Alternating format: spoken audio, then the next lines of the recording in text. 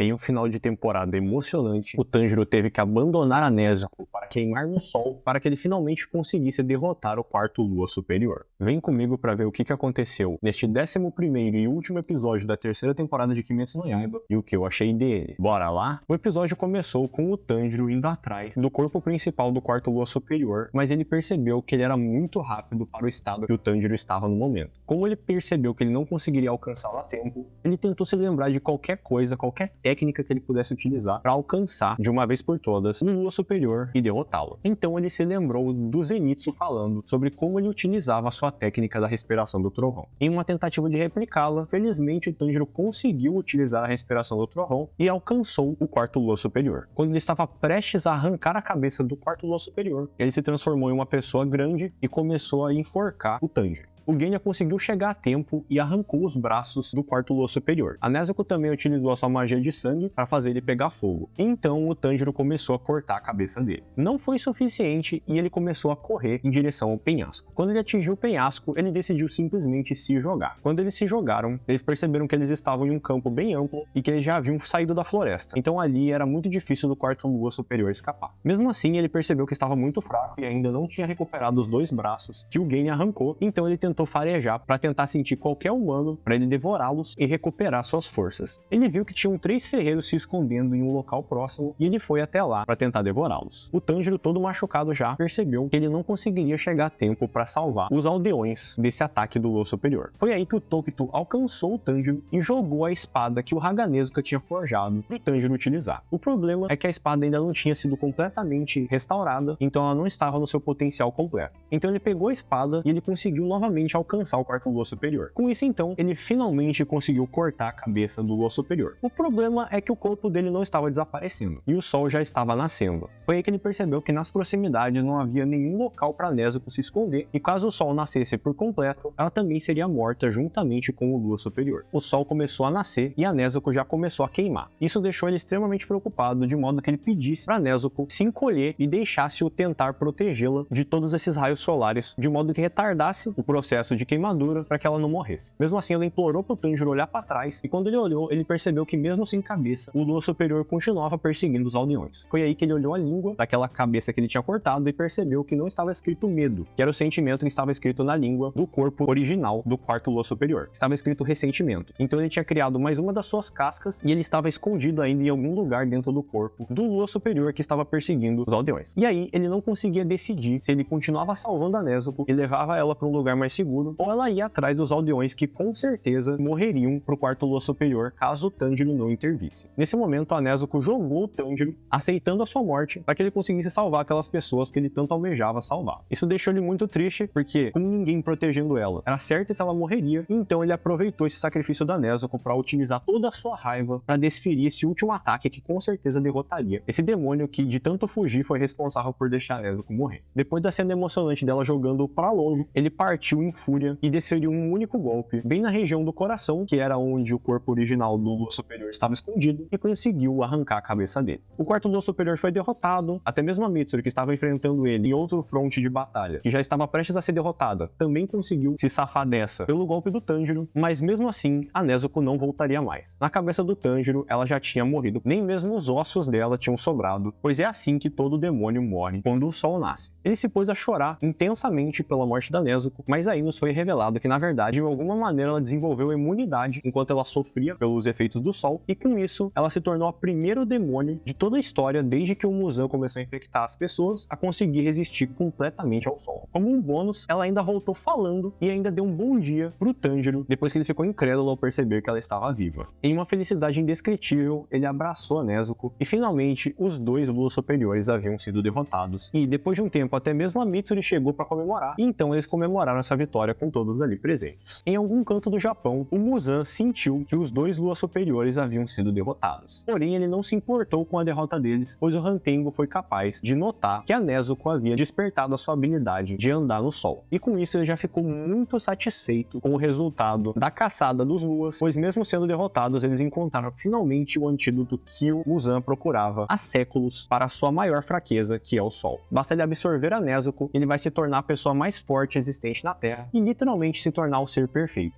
E também aproveitaram esse momento para explicar um pouco do passado do Muzan. Ele era uma pessoa muito frágil de saúde e que morreria aos 20 anos, devido a uma doença desconhecida. Então, um médico clandestino ficou responsável por cuidar da sua saúde. Ele passava doses constantes de um remédio que o Muzan não conhecia, mas no curto prazo aquele remédio não estava fazendo efeito. Então ele aproveitou para matar o médico dele e ele já estava ficando muito furioso com a atitude indiferente do médico. Pouco tempo depois ele percebeu que o remédio estava sim fazendo efeito e foi assim que ele ganhou os poderes de Oni dele. Ele começou a transformar várias pessoas em demônios para que esses demônios procurassem pelo lírio-aranha azul, pois esse lírio seria capaz de fazer o Muzan se tornar imortal, tanto na noite quanto no dia. Mas ele nunca encontrou isso e agora a oportunidade perfeita para ele surgiu. Então ele vai vir com tudo para ir atrás da Nezuko, porque agora ele finalmente ficou animado, sabendo que seu objetivo final pode ser cumprido. O episódio terminou com o Tanjiro voltando da Vila dos Ferreiros para o acampamento dos Exterminadores de Demônios. Enquanto ele saía da vila, ele foi aplaudido por todos os habitantes dela, pois todos sabiam dos seus atos heróicos em salvar a vila do ataque dos Luas Superiores. Bora então pro que eu achei do episódio. Enfim, terminamos mais uma temporada de Demon Slayer. Para muitos essa foi a temporada mais fraca do anime, e eu também não posso negar muito, porque realmente teve muita conversa e pouca luta. Também a temporada desenvolveu de uma maneira mais lenta do que as outras. Se parar pra pensar, o arco do trem foi muito frenético, a todo momento estava acontecendo coisa. A primeira temporada, como é o início, é natural ser um pouquinho mais lento, então como você está sendo introduzido para a história, com uma progressãozinha um pouquinho mais lenta para nos mostrar tudo que tá acontecendo, todo o universo, os personagens, faz um pouco mais de sentido, porque você tá vendo coisas novas, então você não sente que tá sendo tão arrastado assim. Mas essa temporada, basicamente, demorou muito tempo para ter pouca luta, pensando retrospectivamente no que aconteceu. Até porque se você pegar a luta de verdade que aconteceu do Hashira da Névoa contra o Quinto Lua Superior, em nenhum episódio já dava para ter terminado. Mas obviamente, considerando que foram fragmentadas duas lutas separadas, primeiro do grupo do Tanjiro contra o Quarto Lua Superior e o Tokito contra o Quinto Lua Superior, ficou vários episódios com o Tokito lá no vaso de água, para depois ter o backstory dele, para depois ele finalmente derrotar o demônio. Naturalmente ia demorar um pouco, mas se fosse bem condensado, obviamente dava para ter feito em um único episódio. No caso da luta do Tanjiro, teve bastante ação até na luta dele, mas foi mais deles apanhando, aí depois ele conseguiu derrotar todos, mas aí descobriu que não era o corpo principal, então deu todo aquele rolo, até que a Hashira do Amor chegou. Pegando só a parte da Hashira do Amor pra frente, que foi do episódio passado, 2 episódios já dava pra ter terminado. Apesar do episódio ter tido 50 minutos, que é basicamente 2 episódios em um, aí o Photoball até tentou reproduzir meio que os moldes cinematográficos pra esse episódio em específico, então dava pra ter terminado só na metade do episódio já, mas obviamente tinha que ter o drama da Nezuko. No mangá é muito mais rápido, você logo descobre que ela é imune ao sol também, mas como tem que fazer um pouquinho mais de drama, tem que ser um pouquinho mais emocionante, o anime dedicou basicamente uns 10 minutinhos pra ter toda essa digestão do drama, do Tanjiro tendo que tomar a decisão e sendo impulsionado pela Nezuko a tomar a decisão de abandonar ela, aí toda aquela emoção decorrente do Tanjiro se remoendo por ela ter, entre aspas, morrido, pra depois ela aparecer pra interagir um pouco. Agora ela tá finalmente falando, que chega a ser até um pouco estranho. Outra coisa também é que as pessoas aceitaram até que muito fácil ela se tornando imortal frente ao sol, até porque isso não tinha acontecido com nenhum demônio até agora, mas aí uma simples reação de "Ah, você está viva?